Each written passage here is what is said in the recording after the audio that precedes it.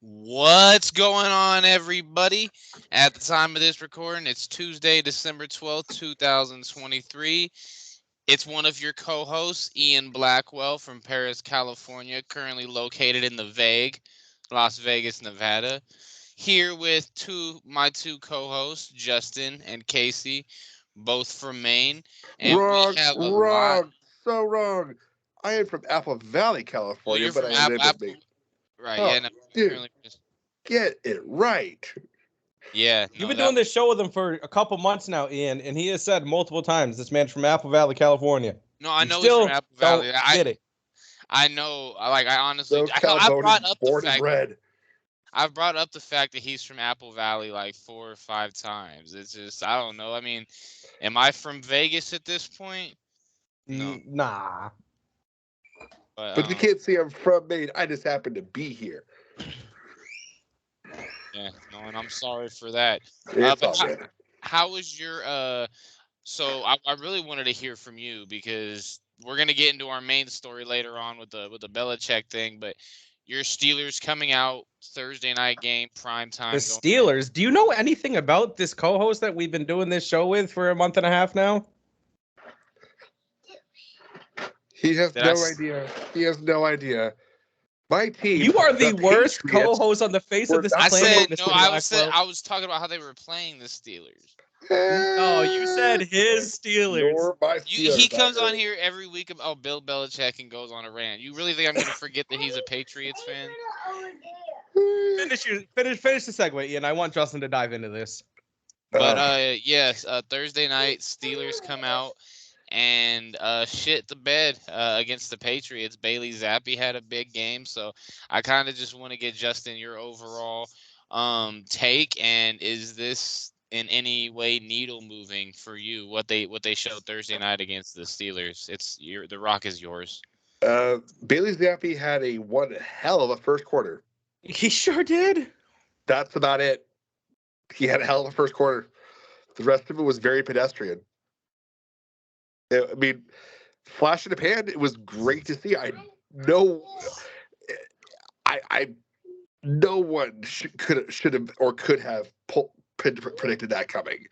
Absolutely. If you did, I want you. You're picking the lottery numbers this week because no way could I have. I mean, I picked the Patriots in our weekly pick just because I had to save some sort of face in some regard. Also, I couldn't exactly go with my wife when they're playing my team, but yeah, the happily surprised. Does it move the needle at all? Are you really happily surprised? I mean, at this point, it almost feels like you guys don't even know how to tank properly. I mean, at this point, you guys should be going for draft capital, and yet you got Bailey Zappi out here looking like the second coming of Tom Brady with Gronkowski on his side, throwing 3 touchdowns in the first half. Again, it was one quarter. It wasn't the course of an entire game. He had a great first quarter where the Steelers didn't really do anything good. Now keep in mind, Mitchell Trubisky sucks. Oh, he's terrible. So much ass. He is terrible. He is ass. I mean, the Steelers fans were booing him for, I think, the first or second series. It was awful.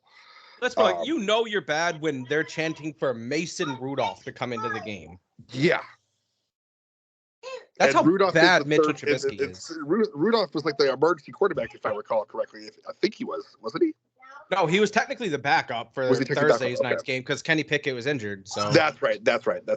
Normally he would be the emergency backup. Correct. Yes. But I mean, was I happy to see Zappi have a good game? Absolutely. Did he need to have a pick me up after just not doing anything against the Chargers? Absolutely. But it doesn't move the needle for me at all. It really doesn't because they're not going anywhere, obviously. I think that, and this will kind of segue into our main topic of, at least to start off with tonight, it doesn't change anything in terms of Belichick's job security or status at all. Not in the slightest. If you thought that it did, you're a fool. But it was a feel good moment, which was needed in that locker room because they haven't had a win since Buffalo. So as a group, they needed that. But I honestly don't think the draft status was going to change much because I don't expect Carolina to win another game at all this year, honestly. So you're not wrong, but it could make the difference between second and third overall picks. It can.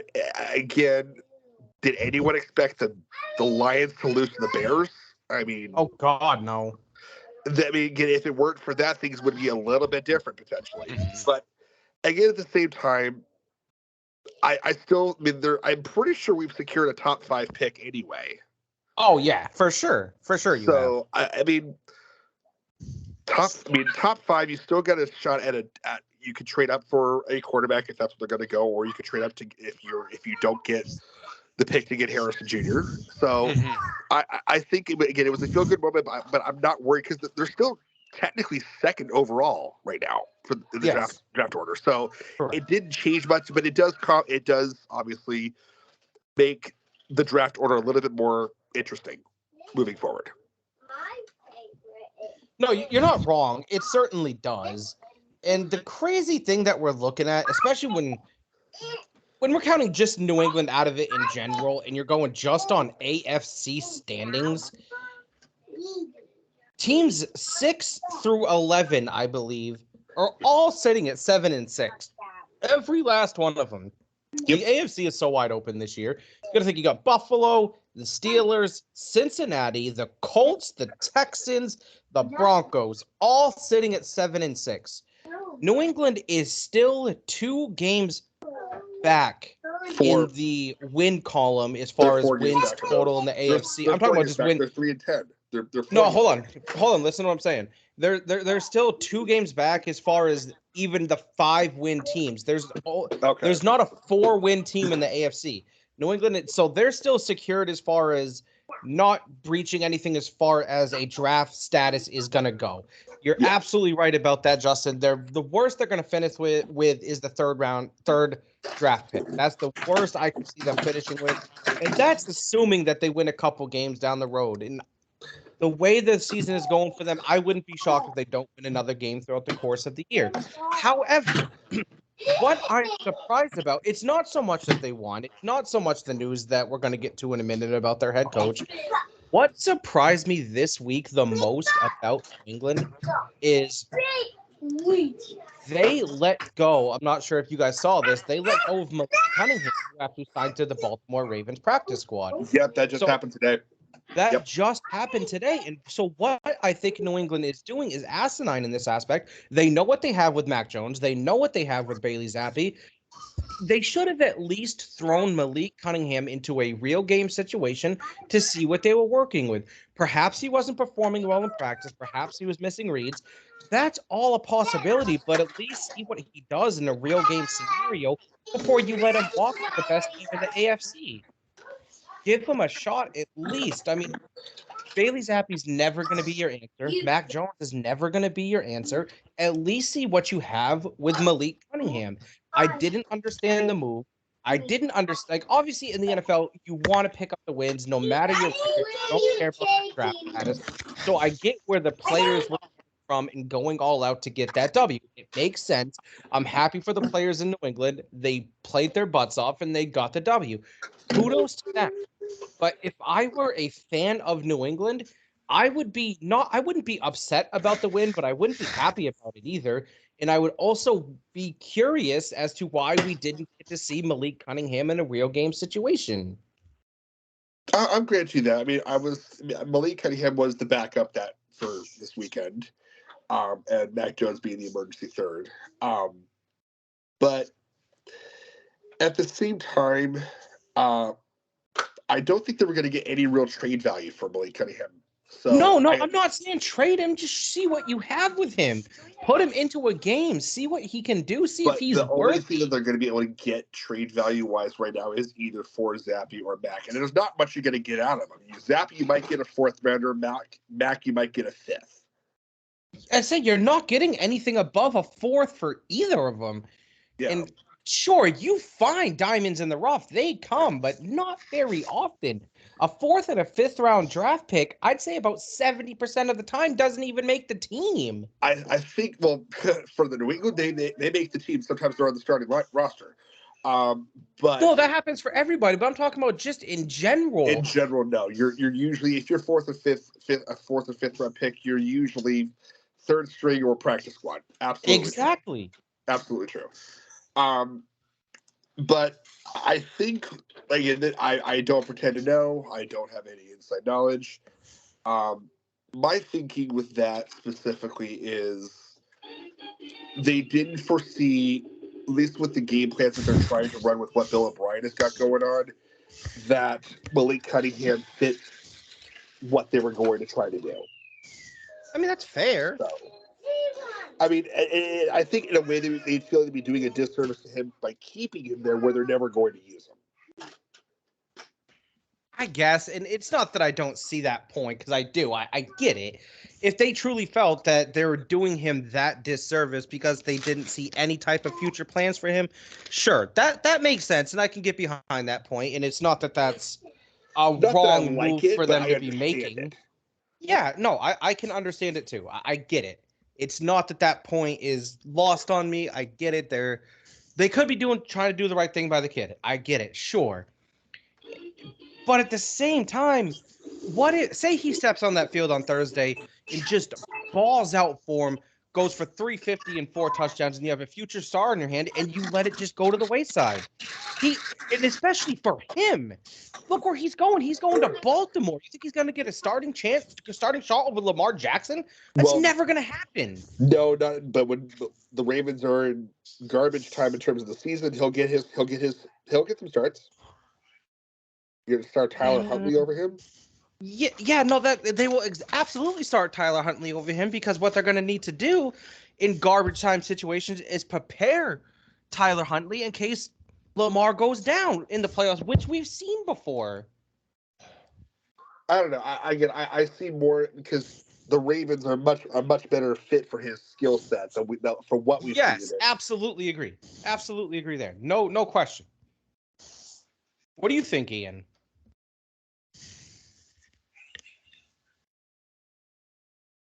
Oh, sorry, I was making sure that I wasn't on mute. I think just anything that they could do to turn it around. At this point, one could argue that they just didn't know how to tank correctly, or Pittsburgh just still has the same problems. I don't see anything against giving Malik Cunningham a chance. I like the way they look. I didn't have a problem with giving him a chance. I understand why they just allowed him to move on. For sure. About the Steelers game, is Tomlin coaching his way out? Because that's tough. I mean, you got to take a look back at the history of the Steelers. They don't get rid of their coaches. That's just not something that they do. So I'm going to go out on a limb and say no. Total in their entire franchise history? 3. Is it 3? Because Chuck Noll, Bill Cowher, and now Tomlin? Mike Tomlin, yeah. Wow, he's the 3rd. I thought he was the 4th. Okay. It could be the 4th. I don't want to look it up on the show. It could be the 4th. It's a possibility. It's no more than 4. It's 3 or 4. Right. And so right after Cowher was Tomlin. I know that for sure. Yeah, me too. I just can't remember if Cowher was directly following Chuck. Yeah, it was okay. So he's not the 4th. I just pulled this up actually. Oh, where did that just recent for me? He's like the 5th or 6th actually. In the franchise history, though, right? They've had, in the Super Bowl era, yeah. So they've had like 3 coaches in 60 years, though. Area, he's the 5th. But we're going off the last 60 years. I thought we said it's been 3 coaches, right? In the last 60 years, there's been 4 coaches. 4. Okay, so 4. Yeah, exactly. They're not ones to get rid of their coaches. That's not the Pittsburgh Steelers way. No. So it's Tomlin could lose out the rest of this season, have a losing season next year, and they're still not going to get rid of him. But it could be if Tomlin wants to leave, I could potentially see that happening. But one thing that goes without saying, something's got to change, and you can't blame Matt Canada on what's wrong with Pittsburgh right now. No, their offense is still anemic. It still has issues moving the ball. George Pickens shows flashes in the pan, but he's never a consistent receiver. Kenny Pickett, Deontay Johnson, that's another one. Najee Harris. It seems like they have so many misses in the draft right now with Pittsburgh, and it just obviously their defense is outstanding still. TJ Watt, arguably defensive player of the year. Minka Fitzpatrick's tremendous. It's not the defense that's causing Pittsburgh to lose these games. Let's be point blank clear about that. Same with New England. It's not the defense. Oh, it's certainly not the defense with New England. I don't think anybody questioned that. Now, Ian, you guys, my friend, played a hell game this past weekend, and to your credit, you guys held it down against the number 1 seed in the AFC. Lamar Jackson now moves to 19-1 against teams in the NFC, so give him credit where it's due. However, that game came down to a punt return in overtime. You had multiple chances to close that game out and win it, but you also had a game to, I believe it was a drive to go ahead late in the 4th. So give me your thoughts on the Rams that game. Does that kind of show you that they still have that capability to make those pushes against those elite teams? I would put an asterisk if the refs actually call the right penalties. Yeah, we definitely have to talk about the refs in another game in a little bit here too. Mm-hmm. Even this game, because on the run back there was an obvious block in the back. Blatant block in the back too, and that would have negated the run back. What were your thoughts on that game, Ian? Which one is this? I cut out for a second. That's why. Oh no, you're good. Your Rams. Your Rams against the Ravens. Yeah, no, that had him in the bag. I mean, nothing. My reaction isn't too strong, especially considering the Green Bay. Green Bay lost this week. I know Casey came on the show last week, talked about a measuring stick actually having to play a contender. We did pretty good. It's just we, couldn't wrap it up there at the end, even though we had the lead late in the 4th quarter. So you gotta play for 60 minutes, and sometimes 65. Yeah, that was my thought as well, Ian, but I was pleasantly surprised with how the Rams performed. Like I was saying last week, this was a measuring stick game. The last time you went up against, a team of Super Bowl contender caliber in Dallas, you guys got washed. That didn't happen this time. You were on the road against the number 1 seed in the AFC, and you guys really held your own. That has to be taken into account for. I think the Rams can truly make that push for the last wild card, and potentially on who their matchup is, maybe even win a playoff game. Yeah, no, I was actually just thinking the same thing earlier as well, because especially we go into the playoffs, a two-headed monster of Nakua and Kupp. I think that absolutely, especially with Kupp having 115 yards yesterday, Stafford's finally looking like he's back to his top form, 294 yards passing and 3 touchdowns. But it's just going to be really interesting to see how who they do get matched up with. I mean, the rest of the schedule, we still have to play at home against the Commanders, win. At home against the Saints, hopefully a win. We're going to the Giants, Rams by 50. And then at San Francisco. Is it at this point? No, because I'm Tommy DeVito is no slouch anymore. Tommy DeVito's looking good. He made the Patriots defense look like they were average. I mean, and Tommy, you got defense is borderline. Yeah, absolutely, Justin. And Tommy DeVito is coming off 3 straight wins now. He just beat one of the hottest teams in the NFC. I'm starting to think the Giants might be having a new starting quarterback to start next season.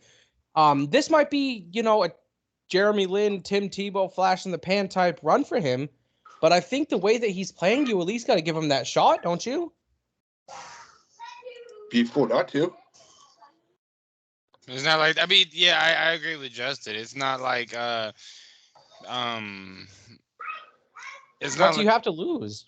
yeah, it's not like it's it's not like you have anybody ready to step into the position, is what I meant to Kemi to say. You don't Yeah. have anybody that's solidified. It'd be different if, I don't know, Josh Allen goes down with an injury and the backup comes in and starts playing lights out. Okay, that's still Josh Allen. Who do you really have there to not give Tommy DeVito a chance? Well, I mean, we're seeing that in Cincinnati right now with Jake Browning. I mean, I don't think there's any shot he's going to replace Joe Burrow, but at the same time, people are sleeping on the accomplishments Jake Browning has had throughout his high school and collegiate career, like he wasn't one of the best quarterbacks through high school and college. In his senior year of high school, I don't know if you guys know this, Jake Browning threw 91 touchdowns his senior year of high school. I did not know that. Holy shit. How many? 91. In a season? I'm guessing they played, what, like 12 games? Where did you go to high school? Was I he in can't California? remember the name of the high school off the top of my head, but he It threw was in California. 91 touchdowns. It was Folsom, I think. Holy crap. Folsom plays in a very hard division in California. Very hard division. It's not like Jake Browning is some scrub that's happening to win games. He has an electric arm. He is in a great situation in Cincinnati. Do I think he'll ever take Joe Burrow's spot? Absolutely not. But did people in New England think after the first 3 games Tom Brady was going to take Drew Bledsoe's spot? No. And it's almost even kind of a similar situation. Joe Burrow signs one of the richest contracts in NFL history and gets hurt. It's like back in 2000. Drew Bledsoe signed the richest quarterback contract in the history of the NFL at that time, and then goes out and Tom Brady takes his spot. It's not like it's an impossibility. Joe Burrow brought his team to a Super Bowl and they lost. Drew Bledsoe brought his team to a Super Bowl and they lost. It's not out of the realm of possibility. If Jake Browning goes on this magical run and brings Cincinnati to a Super Bowl victory, what do they do at that point? You have to ride the hot hand. You have to ride the guy that got you to the Super Bowl, don't you? Yeah, I mean, it's the same. It's the same argument with Brady and Belichick their first run, because exactly. Bledsoe was, well, as you remember, in the AFC Championship game that year, Brady got hurt and Bledsoe came in and finished off the game and balled out for almost 3 quarters. And then they said Brady's starting the Super Bowl, because it was a question. Okay, well, now that Bledsoe has played and has some game time, does he start the Super Bowl? And no one will ever question Belichick's decision there because of the outcome that transpired from there. I mean, this is my thinking. If they had gone with Bledsoe, I think they would have lost the game. I think you're right, Justin, but I don't think it's because I don't. Okay, let's put it like this. I don't think our reasons are going to align, but I think you're right.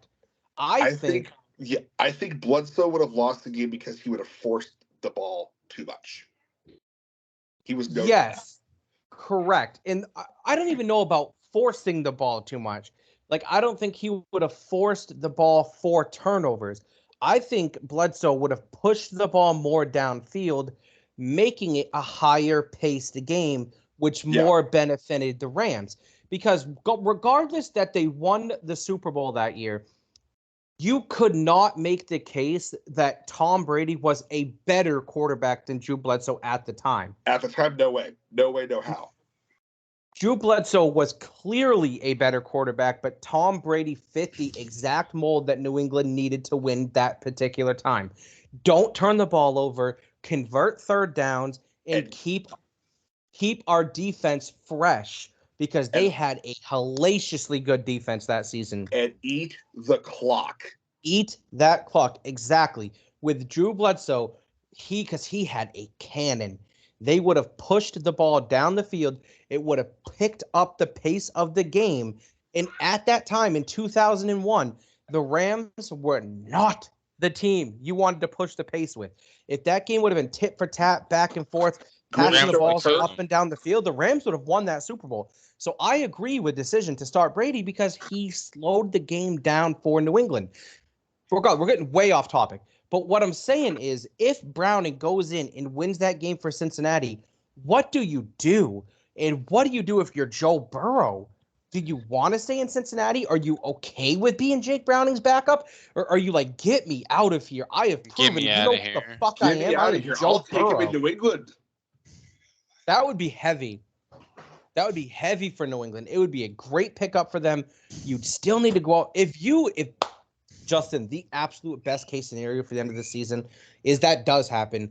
Jake Browning takes this. Cincinnati wins the Super Bowl. Burrow goes to New England for greener pastures, and then they sign Marvin Harrison Jr. Boom, done. Absolutely.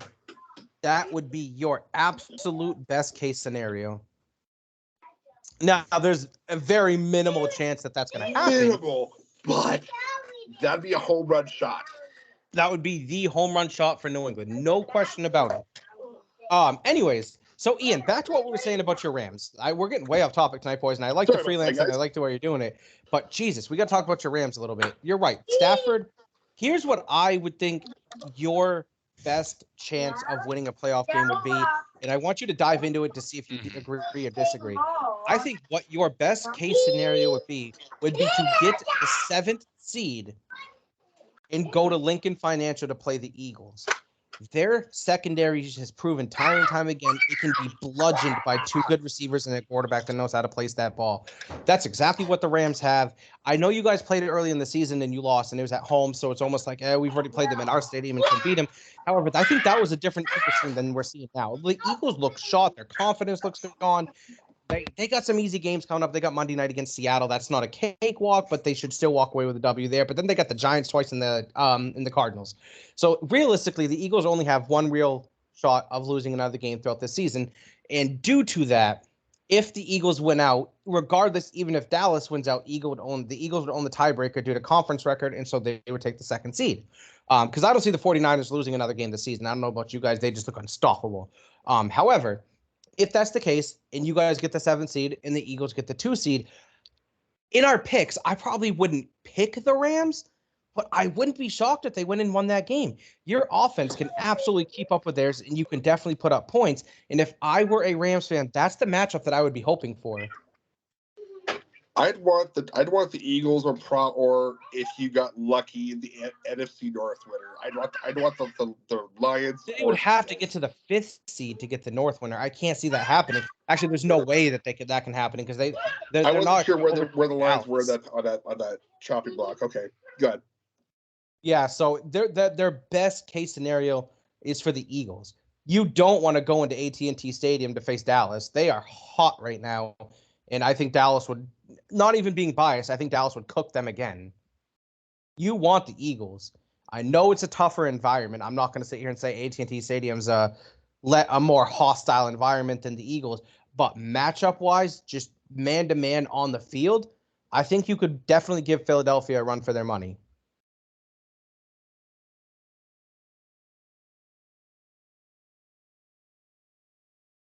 Yeah, Philly is compromised, I think, in some regard. They're selling themselves, and they gotta figure it out. They gotta figure it out fast because time's a ticking. Time is definitely ticking. They need to figure their stuff out. Look, the Eagles the past 2 weeks got blown up by the 49ers, then they got blown up by the Cowboys. They need to figure something out. Before we get into our picks, I want to touch on that Dallas game real quick. You know, as a Cowboys fan, I was so happy, so relieved for that game. It completely deaded the narrative that we can't beat a winning team. I was extremely happy with the way our defense played. Only allowed 2 field goals. Of course, Dak did fumble that Jalen Carter picked up in return for the touchdown. I was getting a little worried at that point throughout the game because our offense kind of seemed to stall in the second half. But overall, both picked the doors getting blown off of them, and we were right. Yeah, I was going to say, you and Ian both said Dallas was going to blow the doors off them. I was a little more cautious with my pick. I thought Dallas was going to win, but I thought it was going to be a back-and-forth game, and it did look like that at first. Dallas took the opening drive, went right down the field and scored, and Philly looked like they were going to do the same thing before they got stripped before Stephon Gilmore stripped Jalen Hurts. Boy, I was so impressed with how Stephon Gilmore played against A.J. Brown. A.J. Brown's had a phenomenal season. He's a big, strong, physical receiver. And Stephon Gilmore had him in clamps most of the night. He made some plays. Of course he did, because he's A.J. Brown. He's always going to make some plays. But for a good majority of that game, Justin, it looked like 2019 Gilly Lock, didn't it? It was amazing to see. Close. And I was so happy with the way our defense played. And boy, oh boy, you don't get to say this too often, but the Cowboys have a weapon with their kicker. He is now 30 for 30 in field goals on the season. He became the first kicker in NFL history to do two separate things that night. He was the first kicker in NFL history to hit a 69-yarder and a 59-yarder in the same game, which is out. I don't know if you guys watched the game. He just pistol missed those. Those both were good from 65, easy. And I was up against him in fantasy in this week, and he made it interesting. He had 22 fantasy points. He also became. This is such an irrelevant one, so it doesn't matter. I just think it's hilarious. He became the first kicker in NFL history as well to hit the crossbar on two separate kickoffs in the same game. I know that's super irrelevant, but it's also extremely funny. He has an absolute rocket for a leg and is deadly accurate.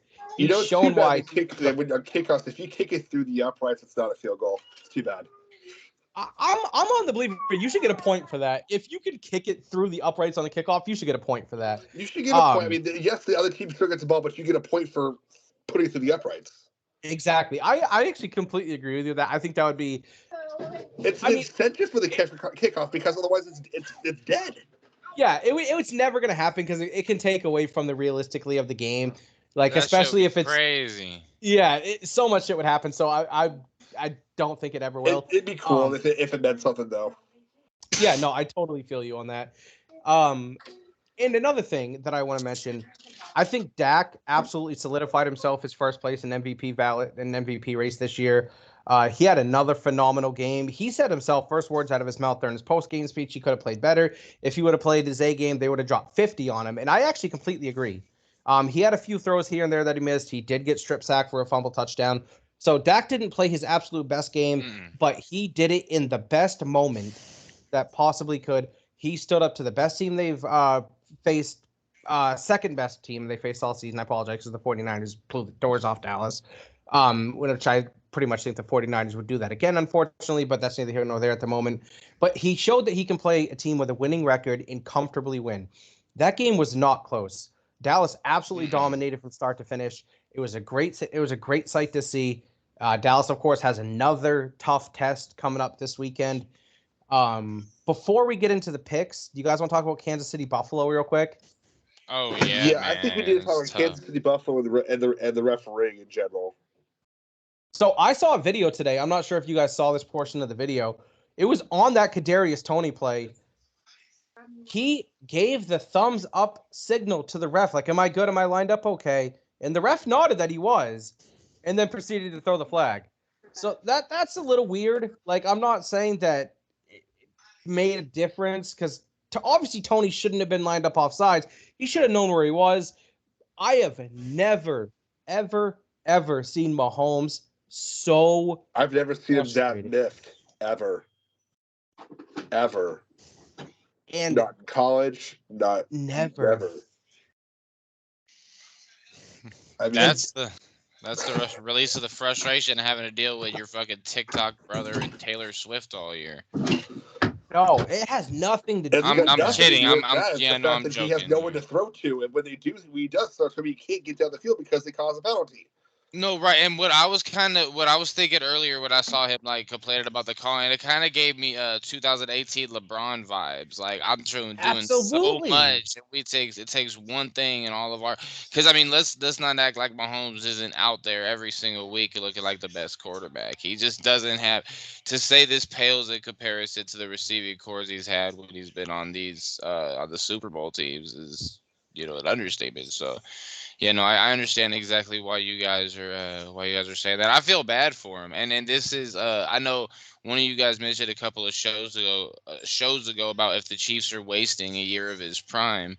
That was me. Unfortunately, it looks like it might be the case. That's a win they should have definitely had. Those are the games that they can't be losing. They got to be able to put their foot on Buffalo's throat. Well, Ian. I'm glad you brought up that point because I was going to say it again. And that's exactly one of the things that I wanted to talk about. It absolutely feels like they are wasting a year of Patrick Mahomes' prime. And I said it a month ago too. This receiving core is gonna cost him the Super Bowl this year. If they had any true number one receiver, especially with how wide open the AFC is right now, and I can't make heads or tails of Miami. I don't know about you guys. They just blew a 14-point lead to Tennessee in under 4 minutes. I can't make heads or tails of them. If Patrick Mahomes even had a above average number one receiver, they would be cakewalking to the Super Bowl. Could they beat San Francisco? I don't know. That would be remaining to be seen because that would be a No. hell of a game. But at the same time, there's no one in the AFC that would have a shot against him if they had a decent number one receiver. Mm-hmm. I understand Patrick Mahomes' frustration, and I get the hater side of it too, because he has been blessed with Tyreek Hill and Travis Kelce, arguably the two best at their respective positions. And so he has been blessed with talent. So that's fine. But at the same time, they went and won the Super Bowl last year without Tyreek Hill. So you can't say that was all Tyreek Hill. But you need people around you. Nobody can win on their own. And I've been saying this point for about 3 weeks. I don't know if you guys are watching the Chiefs game. My fiance is a big Chiefs fan, so we watch every snap of every Chiefs game. Travis Kelce looks hobbled to me. He looks hurt.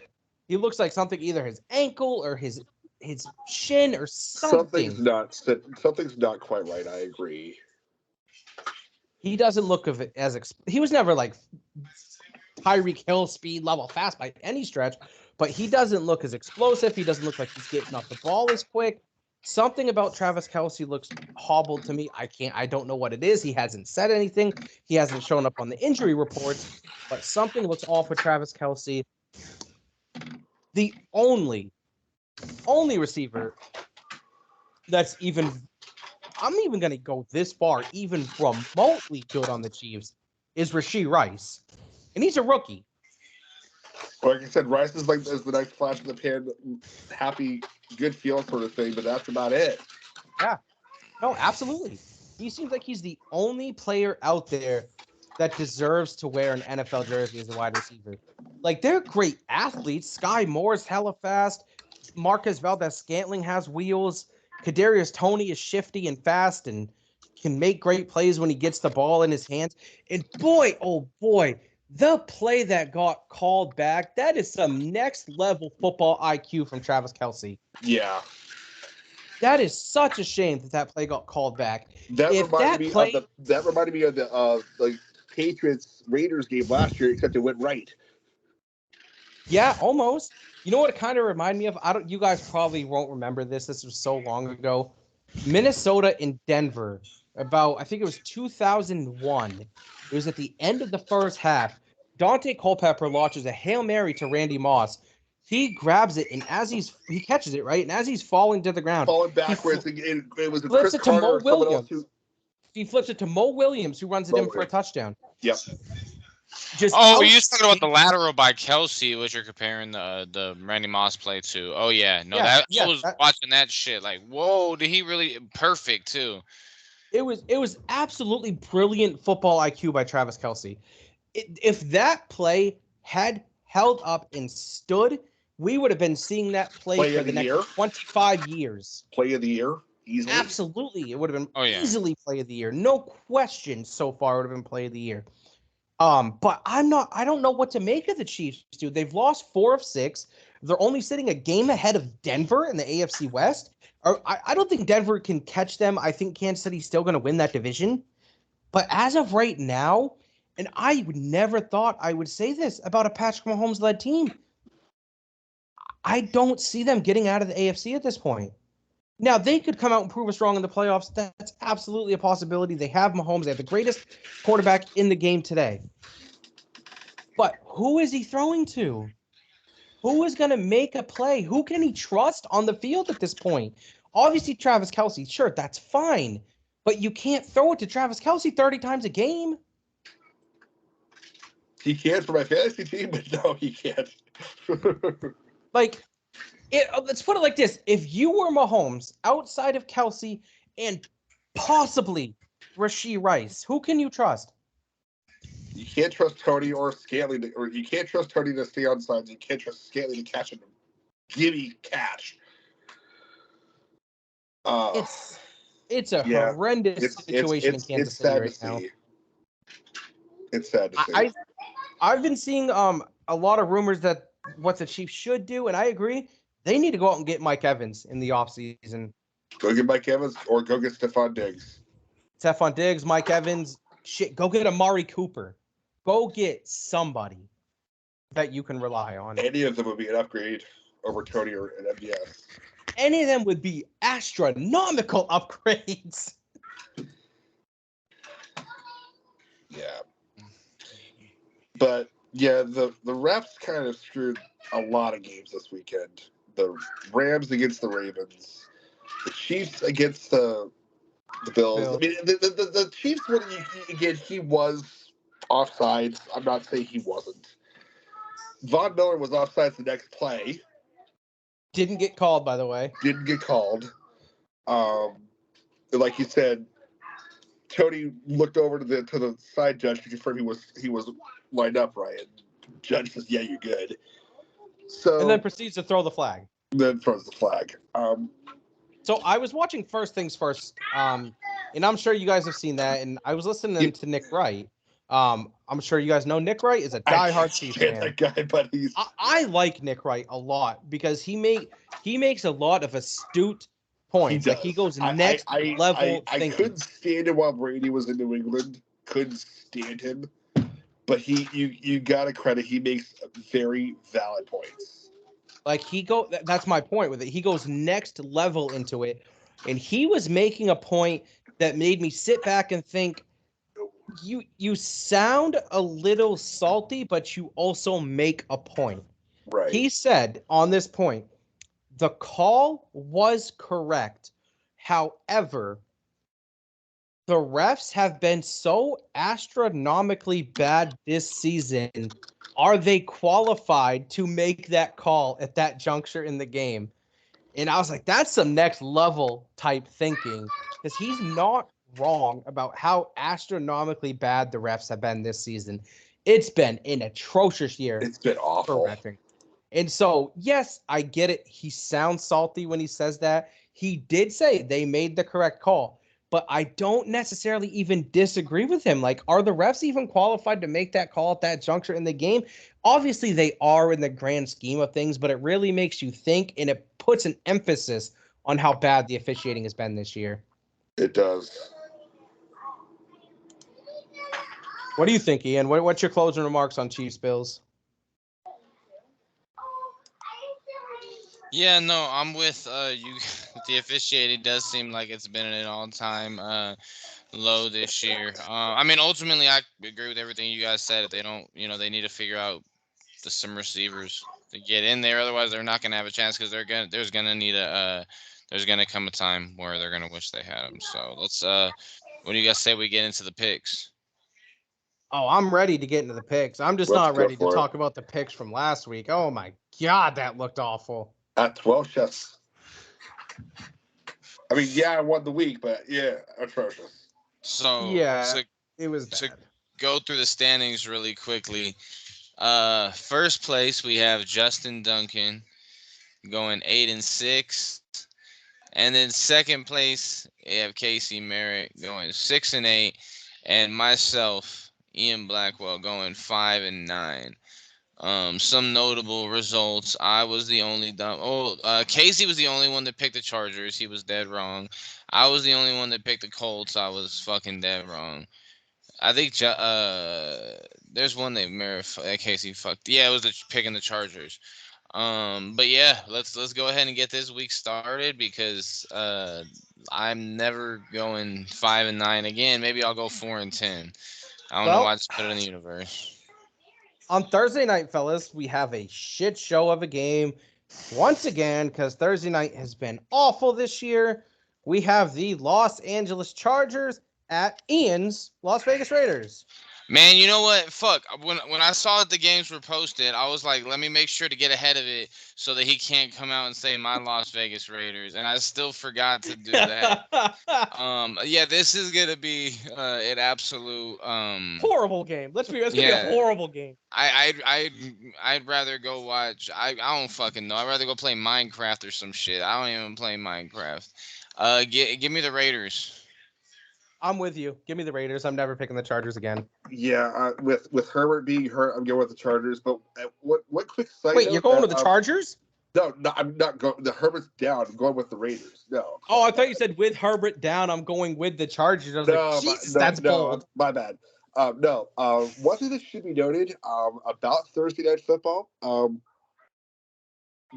absolute all-time great broadcaster Al Michaels is not doing the playoffs this year at all. I'm not shocked.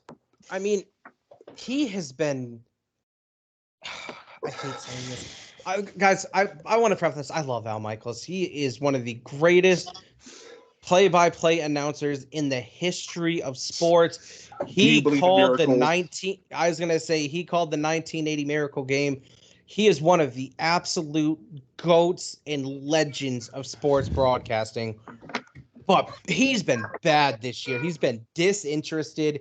He has also had some really crappy games to call. He really has, but he hasn't shown any emotion this season, and so I'm not shocked, nor am I disappointed that he's not getting a playoff game this year. Okay, good. So we're all on the Raiders on this one. Sad day, but understandable. Yeah, I don't know if you guys know this. We have 3 Saturday games this week, so that's pretty cool. The first Saturday game is a 1:00 game between the Minnesota Vikings, and they're traveling to Jake Browning territory to face the Cincinnati Bengals. And I'm going with the Bengals because the Vikings are starting Nick Mullins. Yeah, I got the Bengals too. I'm off the Minnesota train. Give me Cincinnati. I got the Bengals also. Got the Bengals also. So, Justin, let's see if you're off this train, buddy, because the next Saturday game, we got your wife's Pittsburgh Steelers heading in to face one of their old AFC rivals, the Indianapolis Colts. No, I'm not hopping off this one. This one, I mean, I think Pittsburgh is gonna right the ship this week. I don't think they're gonna make the playoffs, but I think they'll right the ship for at least for a week. Really? Really? Yep. You know who's starting at quarterback for the Steelers, right? I'm sorry? You know who's starting at quarterback for the Steelers this week, right? Okay, hang on a second. If it's Trubisky, then I change my mind. I'm almost positive, brother, it's going to be Mitchell Trubisky because I'm pretty sure Kenny Pickett's out for the year. Okay, give me the Colts. My bad. Sorry, babe. I got the Colts. I got the Colts too. If you guys want to fact check that real quick to see who's starting this Saturday, yeah, I don't mind. I'll check that real quick. And NFLPA is reviewing J.J. Watt's concussion. Oh, that's just great. T.J. Watts. Yeah. I'm going. Trubisky to start. Yeah, give me the Colts. Yeah, I'm not picking any team that's starting Mitchell Trubisky unless they're playing the Chargers or some shit. Right, we got or the Panthers. Oh yeah, God, you are the Panthers. So this Saturday night at 8:15, we actually have a really good game. And you wouldn't have thought this at the beginning of the year. We got the Denver Broncos heading into Ford Field to take on the Detroit Lions. You wouldn't think this was a good game at the midpoint of the season. Yeah. Because the Lions have been up and down ever since they got blown the doors off them by Baltimore. I can't make heads or tails of them anymore. Denver looks hot. They look ready to go. But I think I'm rolling with Detroit in this one. Yeah, I mean, I'm looking at the Detroit's record. Ever since they got the doors blown off of them by the Ravens, they've been 4-2. They won 3 straight Raiders, Chargers, Bears, all absolutely winnable, should have won games. They should have lost to the Bears the first time. They should have been swept by the Bears this year. Remember that Bears game? They were down 12 with 3 minutes to go. Yeah. I know they haven't been great over the past month, but I'm still going with the Lions over the Broncos. Me too. I'm going to take the Broncos. Yeah. All right. It's one of those ones that I think we're all not solid on it. I'm not solid. Yeah, not sold on it at all. So our first Sunday slate games kind of kick off with a weak NFC South showdown. We got the Atlanta Falcons heading in to face the Carolina Panthers. We're all on the Falcons, I'm assuming. Yep. Yeah. The next game, if they don't win, then that changes everything about the draft. Oh, it sure does. It sure does. So for the next game, we have the Chicago Bears heading into the Cleveland Browns, led by Joe Flacco. Of all people, Joe Shiesty out here at 38 years old, off the couch, dropping 3 touchdown passes against the Jaguars last week. I'm going with the Browns. I'm going with the Browns too. Jedrick Willis Jr. just got his down for the year, so they're missing the left tackle, so that's gonna hurt. But I'll take the Browns too. I trust them. Well. More, I should say.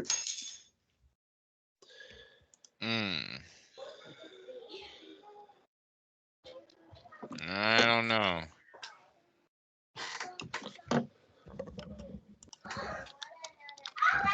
This is tough. Well, I mean, you better know. You got to figure this out. TikTok, put on some Jeopardy music.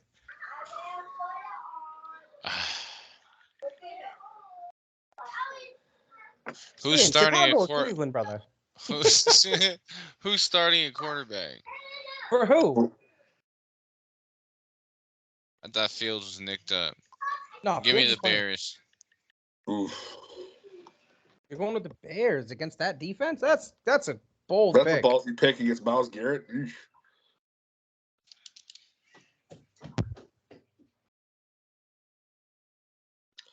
Interesting. So for the next slate on Sunday, we have the Tampa Bay Buccaneers, who fucked me again. Again. This past Sunday. Again. For the 8th time this season, heading into Lambeau to face Jordan Love and the Packers. Go, Pack, go. I'm rolling with the Packers, too. I would say the Packers. All right, so Tampa Bay's going to win that one. Hey, as soon as I saw the Tampa Bay game, I'm pretty sure Merritt picked exactly the opposite of what you said. I don't know what is. Tampa Bay is Tampa Bay secretly listens to the podcast and oh shit, Casey picked us. We got to lose. Fuck that guy. What do we got next? Jeez. Next, we got Zach Wilson in the New York Jets heading in for a revenge game against Tua Tagovailoa and the Miami Dolphins, who may be wanting a little bit of revenge of their own from what happened last night. Maybe they're going to come in with a little bit extra more emphasis. And I'm going with Miami in a rout in this one. I mean, a absolute rout. I think they're going to come out like a man on fire. Yeah, me too. I think the Dolphins blow the doors off them. If they don't, there's a problem. I think Justin might be pondering taking the Jets here. What say you, Justin?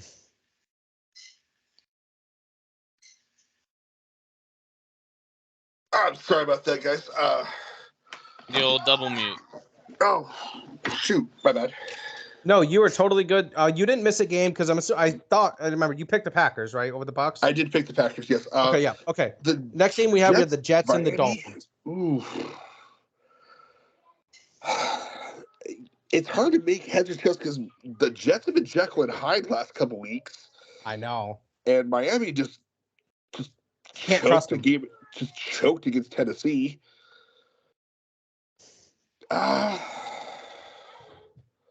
And the Jets just laid 30 on the Texans. Yeah, the Jets are jetting right now. Do it, Justin. Go on that limb. Pick the Jets. No, I'm going to take the Dolphins. No. All right, I already had us all penciled in for the Dolphins anyway. What we got next? The next game, we got Tommy Cutlets, boys. Mr. Tommy DeVito over here. Heading into the Louisiana. They're facing the New Orleans Saints. Down the bayou. And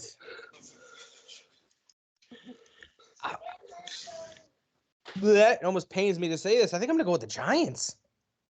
Whoa.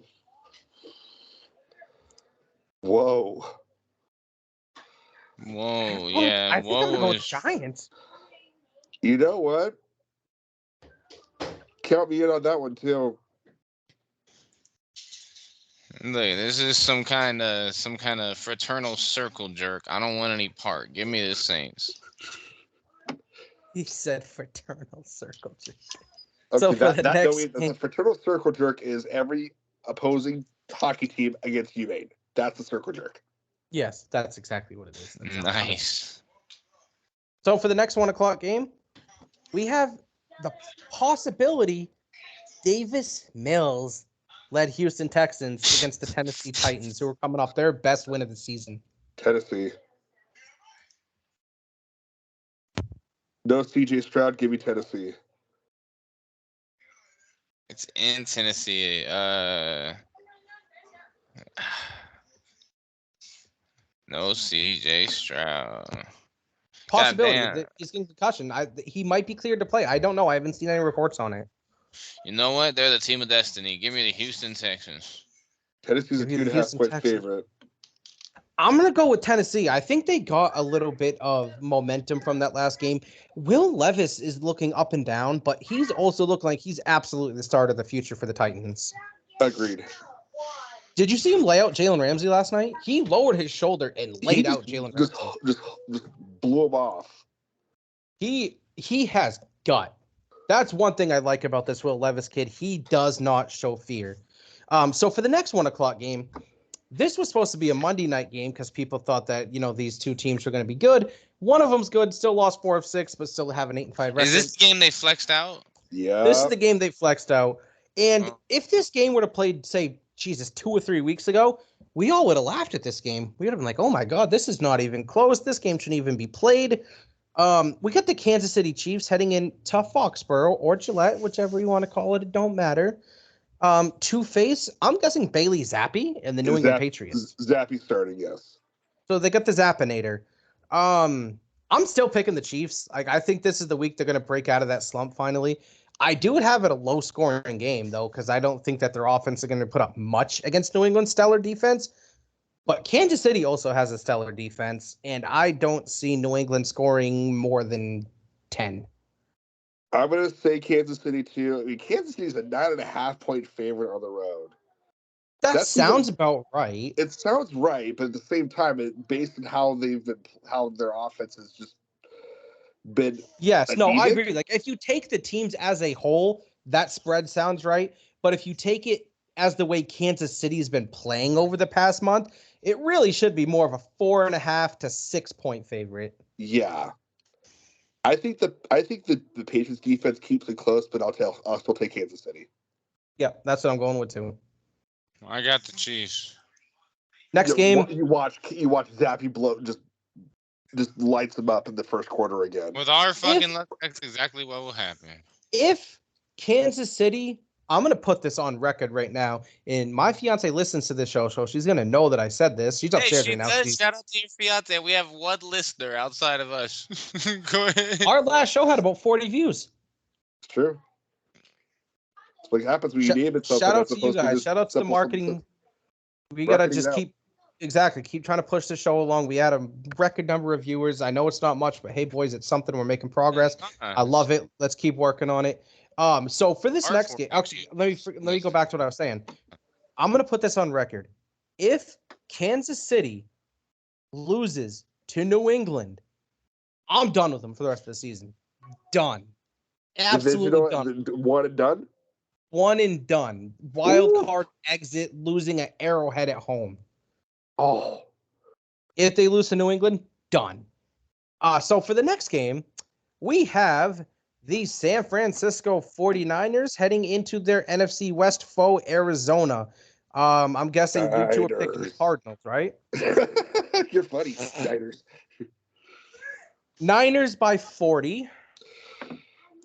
What's the spread of this game? I'm picking the Niners, but I'm curious what the spread is. 13 and a half. 13 and a half. Yeah, 13 and a half. It's only 13 because Kyler's playing, so they're expecting Kyler to be able to make some plays. So I get it. Yeah, that's wild. The Cardinals have looked a little better since Kyler came back. You got to give him that. Yeah. I'm not saying much better, but a little. I mean, they beat the Steelers. I mean, the Patriots showed that ain't shit. True that. But yeah, definitely give me the 49ers here. So for the next game, we have the Washington Commanders heading into LA to face Ian's true team, the Los Angeles Rams.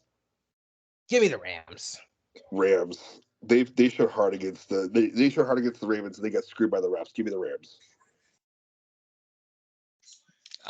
For this, no, I got the Rams too. What's the next game? So for the next game, this is America's Game of the Week, 4:25 p.m. on Fox. Oh, yes, sir. 4:25 p.m. Eastern. We have the absolutely scorching, red-hot MVP quarterback led by Dak Prescott, the Dallas Cowboys, heading in to face a Super Bowl rematch where Dallas won both of these games against the Buffalo Bills. For the record, you also, we go back a few shows, maybe 5 or 6 shows. Casey, you were absolutely done with Dak. Absolutely 100%. Why you gotta do me like that, Justin? Why you gotta remind me of that? I'm just reminding you for the record, you were absolutely done. You're selling, absolutely done. And look how the turnaround. Record, that was after the 49ers game. Look at the turnaround, though. You can't deny the turnaround. That's all I'm saying, really. Absolutely not. And I have to take the fault on that one. He hasn't shown enough yet to show that he's never going to revert back to that. But I would be amiss and I would be lying if I said I wasn't super impressed with the strides Dak has been making so far this season. As the season as a whole, I think you could make the argument for this season alone that Dak Prescott has been the best quarterback in the NFL. You can make the argument, yes. I'm not saying as a whole, not taking him over Patrick Mahomes, Joe Burrow, nothing like this that. Season, yeah, I would say yes. This season, I think I won't say he's the best quarterback. I would say Dak Prescott is playing the best. He's put playing himself into the elite category. Yes, absolutely. So with that being said, who's your boys' pick? Dallas or Buffalo? Dallas. Dude, I want to see Micah Parsons knock Josh Allen out for the season. I hate the Buffalo Bills. I really do. You hate the Bills like I hate the Eagles. Yes, I do. The hate for the Jets is mutual, but I want to see Josh Allen's mug just get plastered into the turf. Oh, boys, before you make your pick, Ian, I just want to say, you guys know damn well how much I despise the Eagles, correct? Imagine how happy I was Sunday night watching the Cowboys just annihilate them. Oh, I had a smile on my face from ear to ear. I saw the smile on your face when we were whooping the shit out of UNH. Yes, yeah. Times that by like 5. Like that's how I was when the Cowboys were dismantling the Eagles. It was beautiful. Okay, so Justin's on the Cowboys. Who you got, Ian? I don't know. Are you on the Cowboys as well? Duh. I'll tell you in a minute. Oh, okay. Oh yeah, that's right. We go to the dramatic. Dude, I don't know, man. This is a fucking hard one. Like Buffalo. No, it's not. It is. It is. Buffalo is minus. What is it? Minus. Buffalo's favored by 2.5. I think that's a little disrespectful to Dallas, but it's very disrespectful to Dallas. I don't know, man. You can't convince me that the Bills are better, but one of those any given Sunday things in Buffalo. I mean, Dallas has to keep pace with. I feel like Dallas is the scared pick. I feel like going with Dallas. Like I feel like Buffalo could really do some damage. I'm gonna be scared. Give me Dallas. Buffalo lost to Denver at home. They did. But at the same time, dude, This is one of those games. I just want to throw this out there. This is one of those games that, as a Cowboys fan, absolutely scares the piss out of me for a few reasons. And is it the hype about it that scares you? Yeah. Because it's not. I mean, yeah, you've got the pressure trying to keep pace with the Eagles and the Niners, but on paper, you should be beating Buffalo by at least a score. Yeah, I agree with Justin. Well, see, it should be a 9. It should be a 7 to 10 point game easily. Mm-hmm. You're not wrong about that. Like, the reason that this game scares me a little bit, and I'm going to break it down to you guys as unbiasedly as I can. What scares me the most about this game is this is what seems to happen to Dallas almost every year. They get hot. They beat a really good team handily. I can go back 4 or 5 seasons in a row that this has happened almost. They beat a team handily that's really good. They put a smackdown on them. All the media hype surrounds them. Everyone says, "Oh, they could be Super Bowl favorites. They're absolutely a powerhouse in the NFC." And then the next game, they come out and they look flat. I've seen it happen time and time again. So I'm hesitant to pick Dallas in this game. I think, Ian, you are 100% right. On paper, outside of the quarterback, because you could argue Josh Allen's better than Dak, and outside of the number one receiver as well, because Stephon and CD are neck and neck. I like CD more. I think CD's a little better. But at the same time, that's a heads or tails as well. Doesn't matter. On paper, though, through the rest of that campaign, it's Dallas from top to bottom. Dallas is super hot. But the thing about Buffalo is they truly need this game.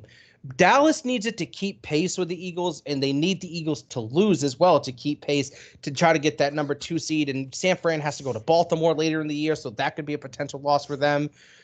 And so they're still in hopes for that number 1 seed. But right now, Buffalo's sitting at 7-6, and they're in the 11th seed because of how their schedule is unfolded.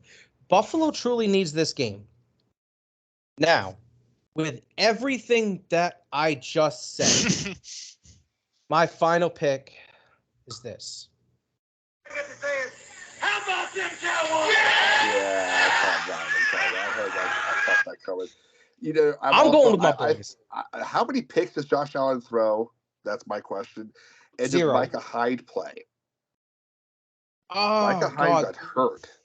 I'll say this. If Micah Hyde is absent for that game, look for Dak and CD to play catch in that game. I could see that. I think absolutely Dak could have a phenomenal game in that instance. Micah Hyde is currently questionable to play for this week with the stinger he took against the Chiefs. So even if he's out there, he's not going to be 100%. Exactly. But yeah, I'm going with Dallas. I think it's going to be a really, really close game. I think it's going to take a lot of grit. I think Dallas is going to have to grind this one out. But nonetheless, I'm going with my boys. This year feels a little different, and I don't want to sound like a crazy Dallas fan. Super Bowl favorites.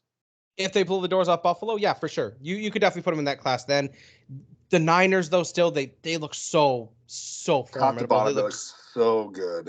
Yeah, no, they absolutely do. The Niners look incredible. I don't know if anybody can beat them. So for the next game, this is actually a pretty decent Sunday night game, depending on the health of Trevor Lawrence. We have the first place Baltimore Ravens heading into Jacksonville to take on the Jags.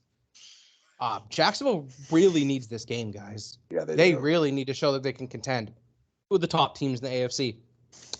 And with the way the AFC has been unfolding this season, I can't make heads or tails of it. Miami lost to Tennessee. Jacksonville lost to a Joe Flacco-led Browns team. I have no idea what's going on this season in the AFC. I just don't know how to. It's I think ridiculous. Jacksonville has too many injuries to overcome. I'm going to take the Ravens in this one, but I think it'll be close. I'm going with the Jags in an upset. The AFC is like the guy that has a bunch of X's. One of them just might pop up anytime, and you don't really know when. This one's tough, man. Like, Jacksonville really needs this game, but let's not lose sight of how much Baltimore needs this game. At this point, Baltimore's like, fuck that. We're playing for the bye. Yeah, it's What's true. the spread? Checking that now. Spread is Baltimore 3.5 favorite on the road. 3.5. Wow. I'm going with the upside. I'm going Jacksonville. The way this season is unfolded, just something about it says Jacksonville's going to pull this game out. And who does Justin have again? He has Baltimore. The Ravens. All right. Who do we got next? Probably a shitty-ass Monday night game. That's all we fucking get now. It's actually not. Oh. Not the worst. It's not great, but it's not the worst.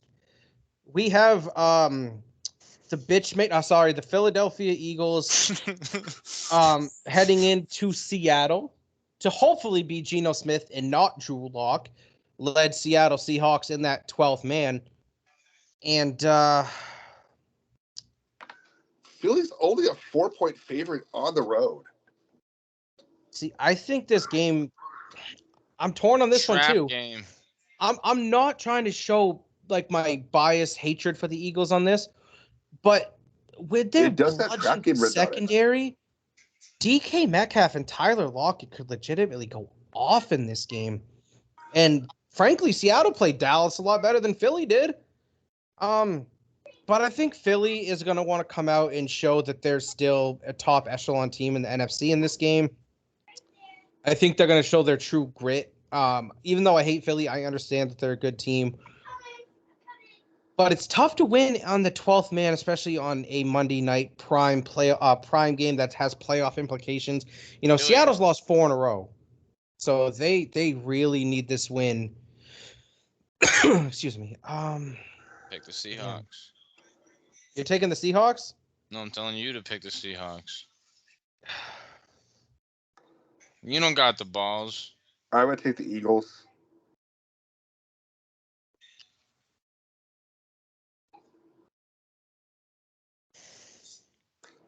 Geno's still questionable.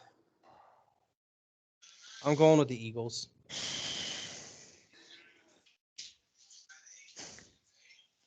So we got Eagles. I'm rolling with the Seahawks personally. Ooh. That's a ballsy pick, Ian. It does have the everything written on it to be a trap game for Philly. It does. Yeah, it does. It absolutely does. I completely agree with that. And I wouldn't be shocked if Seattle won this game. Don't get me wrong. They have the receivers to absolutely light up that secondary. So I can see it happening for sure. I personally got the Eagles in that one, but I can absolutely see Seattle coming away with that win.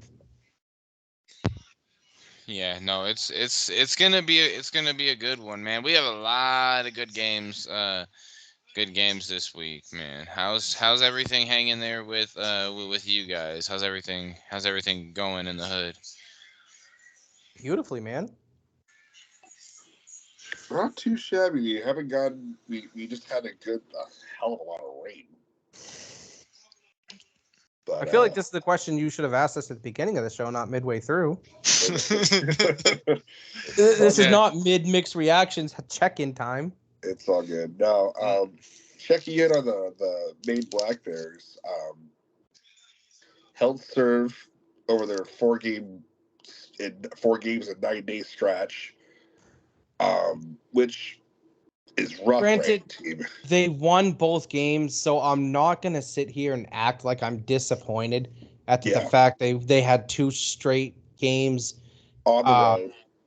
No, Saturday was home. It was just in Portland. It's technically, one definitely on the road and one sort of on the road. I definitely would consider that on the road because it was smoking. Oh shit! Sorry. Sorry. You're good. It was. It's a bigger arena than the Alphon, and it sold out with nothing but Maine fans. So true that. So I definitely wouldn't consider that a road game, but it's 2 games of travel that I would say. And then, of course, one thing that I wanted to mention about that is I'm glad that they have this holiday break now They needed it. They needed it. If Maine had to go up against a top team in Hockey East this weekend, I feel like they'd get swept. Yeah. They looked like they really, truly needed that break. It looked like they were playing down to the level of competition at times. They fell behind on Saturday night and then proceeded to score 2 goals within 3 minutes to take the lead.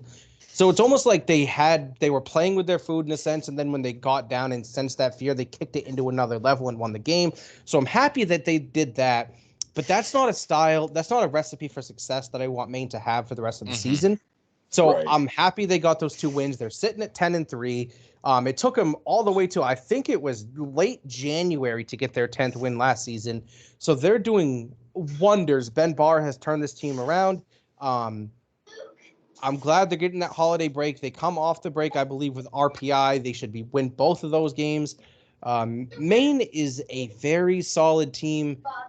They're a very young team. I think that they have the potential to do a couple things in the tournament that me and Justin have been talking about. I don't think they have championship potential yet, but I think they'll be getting there. I'm glad they're getting this break. They got the Dartmouth tournament just before New Year's, so yeah, that's going to be something to watch. That's always going to be entertaining. One thing, Go for it. No, go for it. Go. One thing I was gonna ask, and I just wanted to ask you guys, Maine fans, before I forgot. Their schedule, if you look at it, man, they don't have.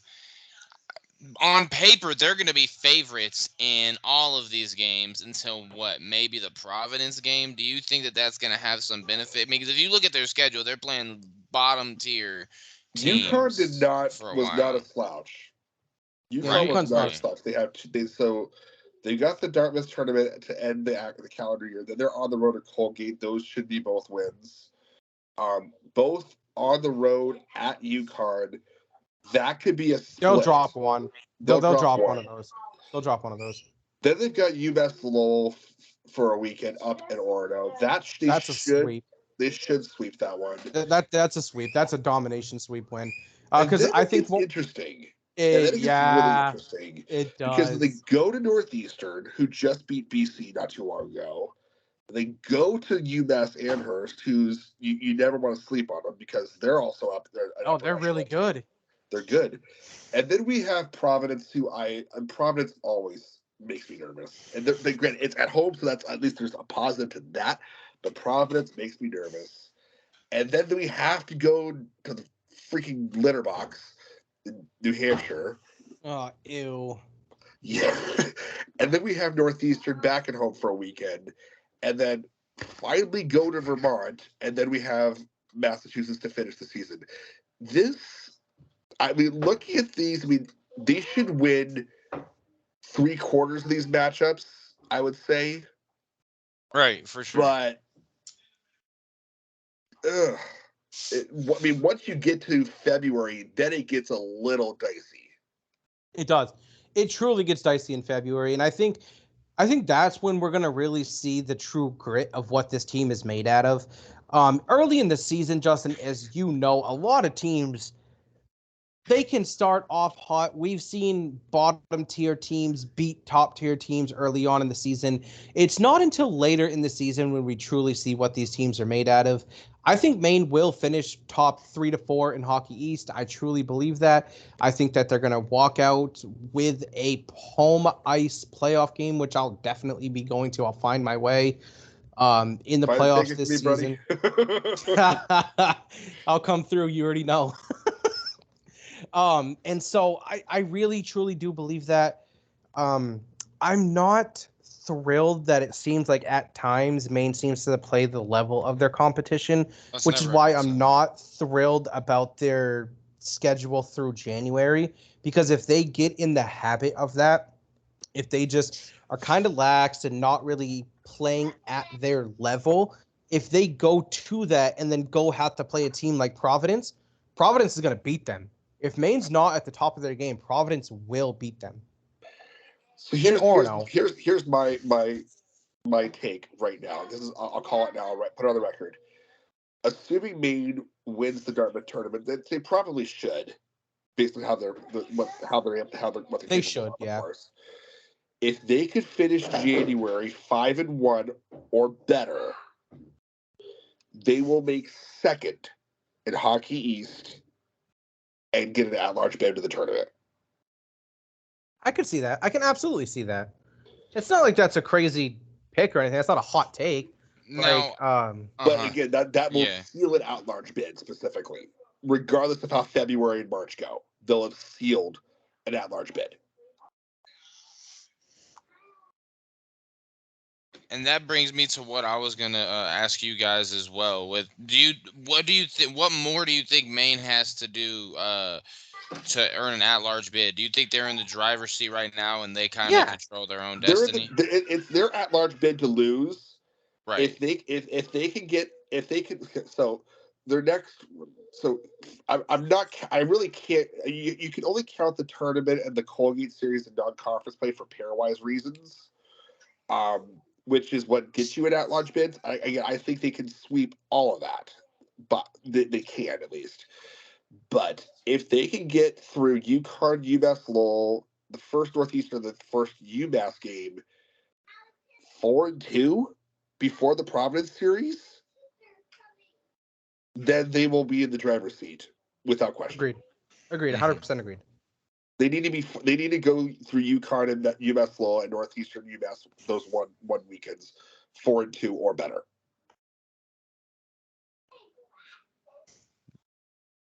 Which it's not unfathomable for them to do that.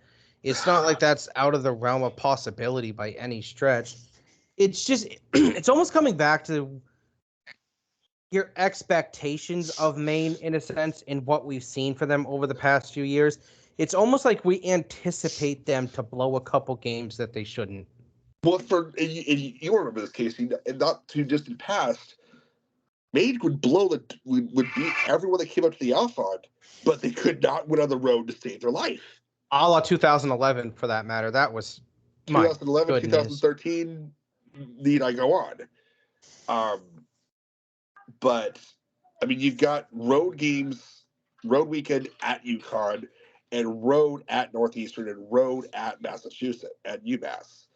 Those are hard places to play. Northeastern, out of those four matches, the Northeastern they need to go is 4-2. Really the only one that's easy. It's easier-ish.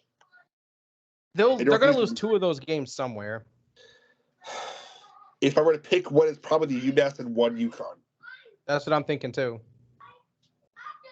Now, I think another thing too, just gauge it how good they were, is when we were comparing.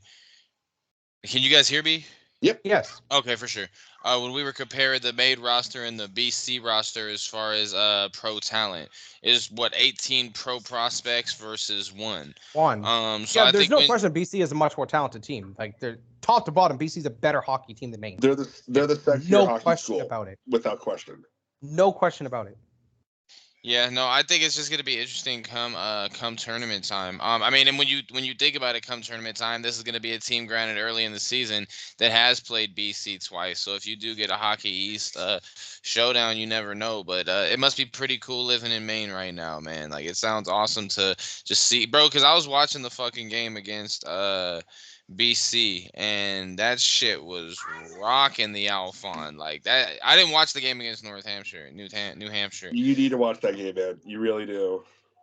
The one you guys went. Yeah, you really do. But we should at least watch those highlights. It was crazy. I think for the first time in a long time, we'll get a birth to the garden, TD Garden. We've needed one for so long. We needed one. Yeah, we need one. I agree, Justin. I definitely agree. But one thing that I'm excited about, I think that's coming up in January for college hockey. It doesn't even include Maine, the Beanpot tournament. I always love watching the Beanpot. Oh, that'll be fun to watch. Oh, the Boston schools, right? Yep. It's always fun to watch those. It's BU, BC, Northeastern, and Harvard. That's right. Yep. Wait, is it Harvard?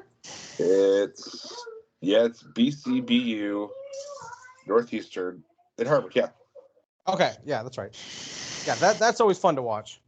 It's always fun to see Harvard actually. I mean, Harvard plays well, all things considered. I mean, they're not. Harvard's not a bad school for hockey. They're not Hockey East level, but they're not bad either. No, they got talent. They absolutely have talent. They get NHL prospects there. Frozen 4 in Vegas 2026. Honestly, they have, the prime real estate for those 3 days. I mean, T-Mobile, especially on a Saturday night, is the number Oh, one it'd be event sick to watch venue. the game at the Sphere. Oh, dude, they're gonna have the NHL draft out here Woo. and at the Sphere. That'd be awesome. Man, that shit is. How's the And Golden Knights culture out there, Ian? Oh man, that's a great culture. I've always wanted. I mean, that's a great question. I've always wanted to talk about it on this show. Go And it's for it. great, bro. People love that shit out here. People love hockey. The Does the game Raiders sell are, out?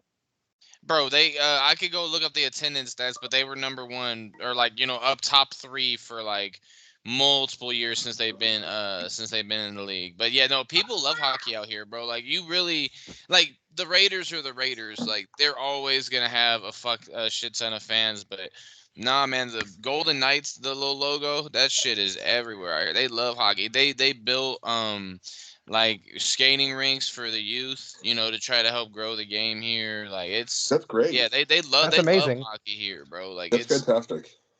yeah, no, it's the Golden Knights are it's really Vegas is a Golden Knights city, and then everything is after that because another thing is after the whole the shooting, they helped out giving blood and all that. Yeah. There's a real connection. That's amazing. Whatever. But yeah, no, they love the Golden Knights out here, man. I told you Cool. the night they won the championship, I had a little more than I could drink, but I was going down there to try to sell. I'm a Ducks fan, but at the end of the day, it's like the Dodgers. Like I don't ever get the chance to actually root for the Ducks in the playoffs because they're never in it. True that. I feel you. That makes True sense. that. Oh, before we get to the question, Shohei Ohtani, man. Oh my gosh! How do we not Boy, talk about this? oh boy, Ian. There's How some does that news feel? about that contract, That's a though. lot of Forget the McDoubles. numbers. Forget the numbers. I don't know if you guys know this. He is a freaking genius. He deferred his entire contract Up until the last 2 years, right? to the last year. To the last year. He's only getting $2 million a year for the first 9 years. I heard something like that. He's brilliant because He's we sort of all like, know yeah. what he's doing. He's What? gonna take that $2 million, right? Uh-huh. And then that last season, he's moving the fuck out of California with them high ass taxes. And he is gonna take the boatload of that money and go to a state that has no state income taxes, like Florida. Texas or something. Florida, Something like that. Texas. That's gonna be his main residence for that year. And boy, oh boy, is he gonna rake in that money. That man is a genius. If I had that much money, I wouldn't even wear clothes. I would just dress butt naked, wear the money all around. Like, man, you know how much fun. And dude, it was so hard. As Angel fans, as an Angel fan, It had to hurt to man, watch him go, honestly. Man, really it did, but hey, at least he's staying with the. At least it's not like he's going to the East Coast where I'm never like. I mean, I still keep up with the West Coast teams, especially the Dodgers. Obviously, my Angels. But yeah, man, it sucks, bro. Now he's gonna be cranking 50+ home runs for somebody, and then once he finally gets back to playing both ways, yeah, like it's. And we were talking about this when he initially signed the contract. I was saying, why would you sign him for that much money when he's on the shelf for half of his skill set for at least a year, maybe 2? With him deferring the money, that now makes all the sense in the world. Yeah, after you explain the contract and everything, it definitely helps clear up the picture a little bit. But yeah, no, man, it was just he's gonna be doing that shit for someone else now. And the Dodgers, man, like, and that's the whole other story for a different day. But they're in they're in win now mode. Baseball, it's so hard for one player to have a huge impact, but when you're gonna have Freddie Freeman, Mookie Betts, Shohei Ohtani, If the Dodgers don't win the World Series, this would be the biggest letdown ever. Well, my brother always says something. He's huge into baseball that I've always kind of remembered. Like, baseball is like The playoffs are great. It's the playoffs, but it's a 162 game. Like it's pretty much what he was saying was it's a better indication of your greatness if you could be great over 162 games as opposed to just win a couple of playoff games. I don't even know if I really disagree. I mean, because look at how great the Dodgers have been year in year out. Look at the different NLCS teams, NLCS we've seen upset the Dodgers, the Nationals. They're not doing anything right now. The Padres, they're up a fucking shit's creek with no paddle. They just lost Soto. So I don't know. Like I kind of agree with them in a sense. Does it say something if you can't win in the playoffs? Maybe, yeah. But I mean, it says something for me. The Dodgers have been great for years, bro. Like they've consistently been one of the top. So I don't know, man. But go get you your duffel bag, Otani. So I saw something today, and I thought this was pretty funny. They were comparing salaries, right? And at his current salary, it would take Brock Purdy 80 years to make Shohei Ohtani's money. Yeah, he has a roommate. How insane is that? 80 years. Has Brady made that much money? No. Giselle probably did, but I was just about to say, I was like, his wife probably did. Oh yeah, she absolutely did. No, he didn't make 700 million throughout his course of his career as a quarterback, I don't think. That's insane. That's some bread, man. Like I mean, he is the modern day Babe Ruth. Absolutely. Although he's not pitching this year. He's not going to be pitching for a couple years. He went down for Tommy John surgery in September, so that shelves him until the end of September next year, at least. But he's still one of the best hitters in baseball too. So it's not like he's going to be. It's not like he's going to be hurting. I mean, he didn't tear his biceps tendon or something like that in both arms. Where you couldn't do anything like that for a while, but yeah, freak of nature, absolute freak of nature. Absolute freak of nature. Think about the marketing opportunities in LA, bro. I mean, especially with how diverse LA is for a Japanese dude to come in and just take. Like you think he's a big deal on the Angels, especially this is his prime. They're not getting him old Otani. Like he's gonna be a type of popularity that we haven't seen in a while. If he can really have success there, like he's gonna really be a big deal. I agree. Absolutely. What do you guys say we move on to the question? Sounds good to me. Perfect. I got one if y'all are ready for it. Let's go. Go for it. It was better than mine. Mine was gonna be the would you move forward or backward to get out? So I'm glad you came up with a question. Oh you know man, you were gonna go that level? Yeah. All right. So my question to you fellas: would you?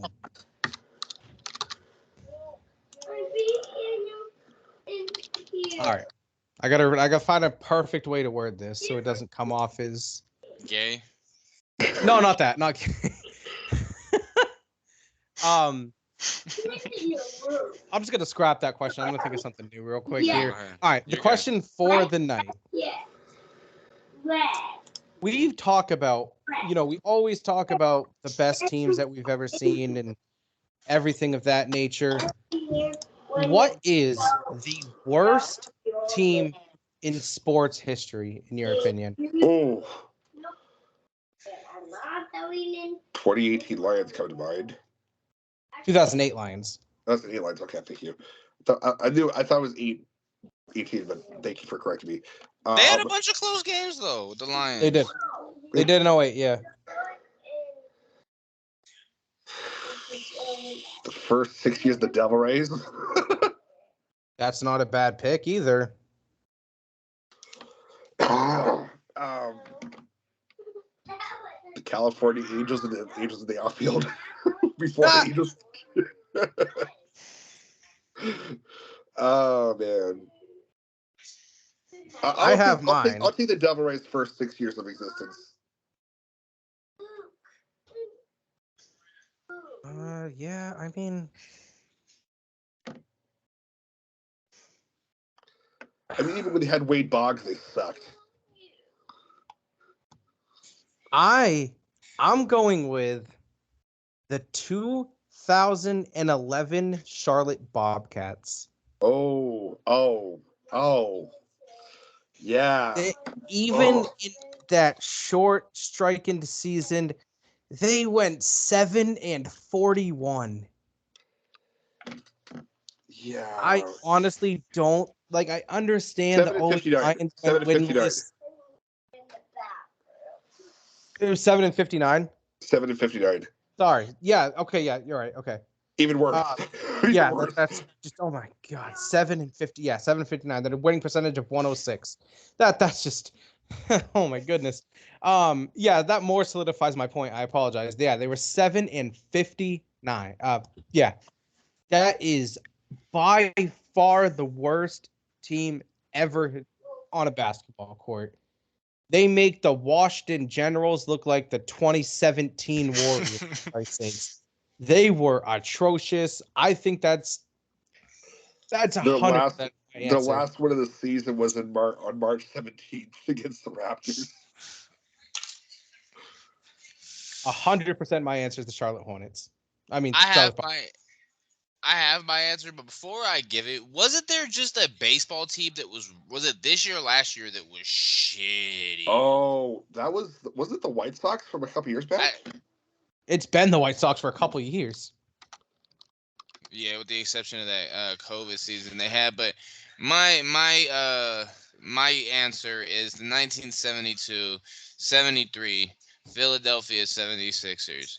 I'm gonna go ahead and run through it. Tell me if you guys keep it real. I know you guys know a lot about sports, but tell me if you've heard a single name I'm about to read out to you. Ready? Mm-hmm. Coach Roy Rubin. No. Okay. Well, I mean, he went 4-47 as their coach, so I wouldn't imagine you've heard much. Here we go. Here's the roster. Dennis Autry. No. John Block. No. Freddie Boyd. Yes. Yes. Have you heard of Freddie Boyd? I have heard of Freddie Boyd. Bill Bridges. No. Fred Carter. I have heard of Mel Counts. I've heard of Mel Counts. Yeah, Mel Counts heard of. I don't know what fucking position he played or what era he played in, but I know it was before the names started really making sense. Yeah.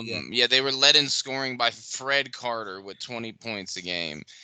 This team was absolutely atrocious.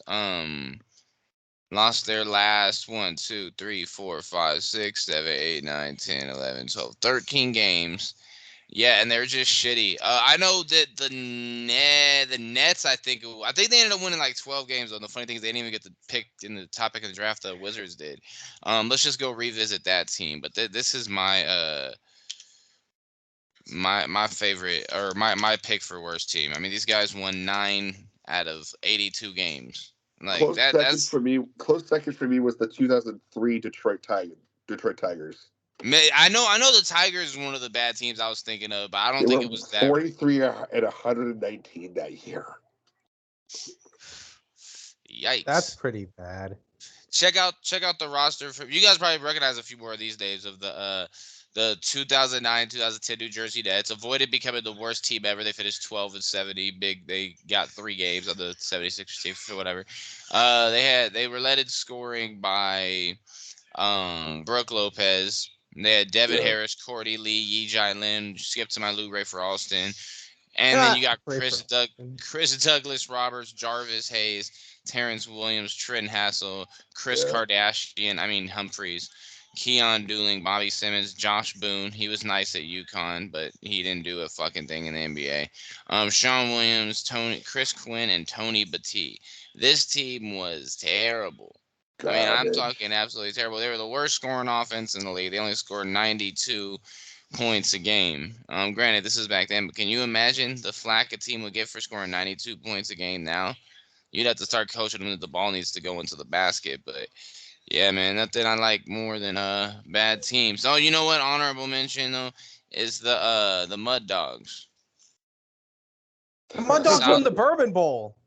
They did win the Bourbon Bowl, but it was only I mean, come on, they were a one-trick pony. I mean, Coach Klein should have just went right then and there and just got his manhood back. You remember Bobby Boucher showed up at halftime, the Mud Dog from the Barber Bowl, do you? Look, Coach Klein needed a Here's some serious sadness about the 03 Tigers, though. They had Carlos Pena. They had Omar Infante. They had AJ Hinch, Brandon Inge, Fernando Rodney, Nate Robertson. Ooh. They had Alex Sanchez. So they just didn't know how to use their players then. They couldn't do jack shit.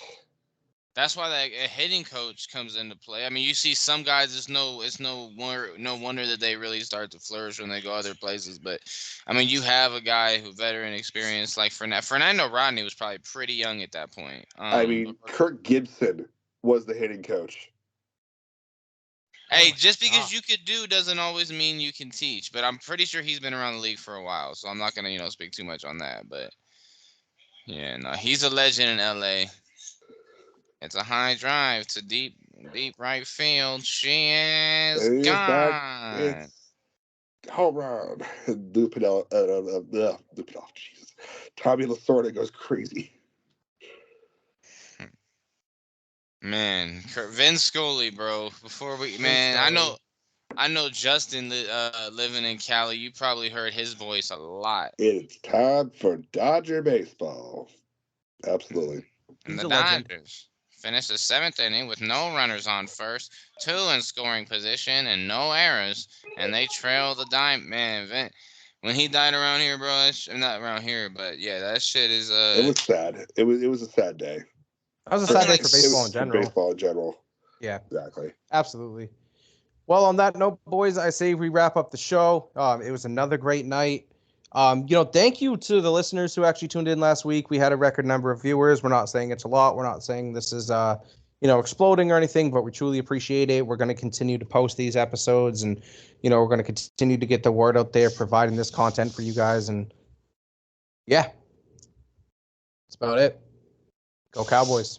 Fuck the Eagles. You go to Canada. Don't forget to bring a towel. Good night, Canada.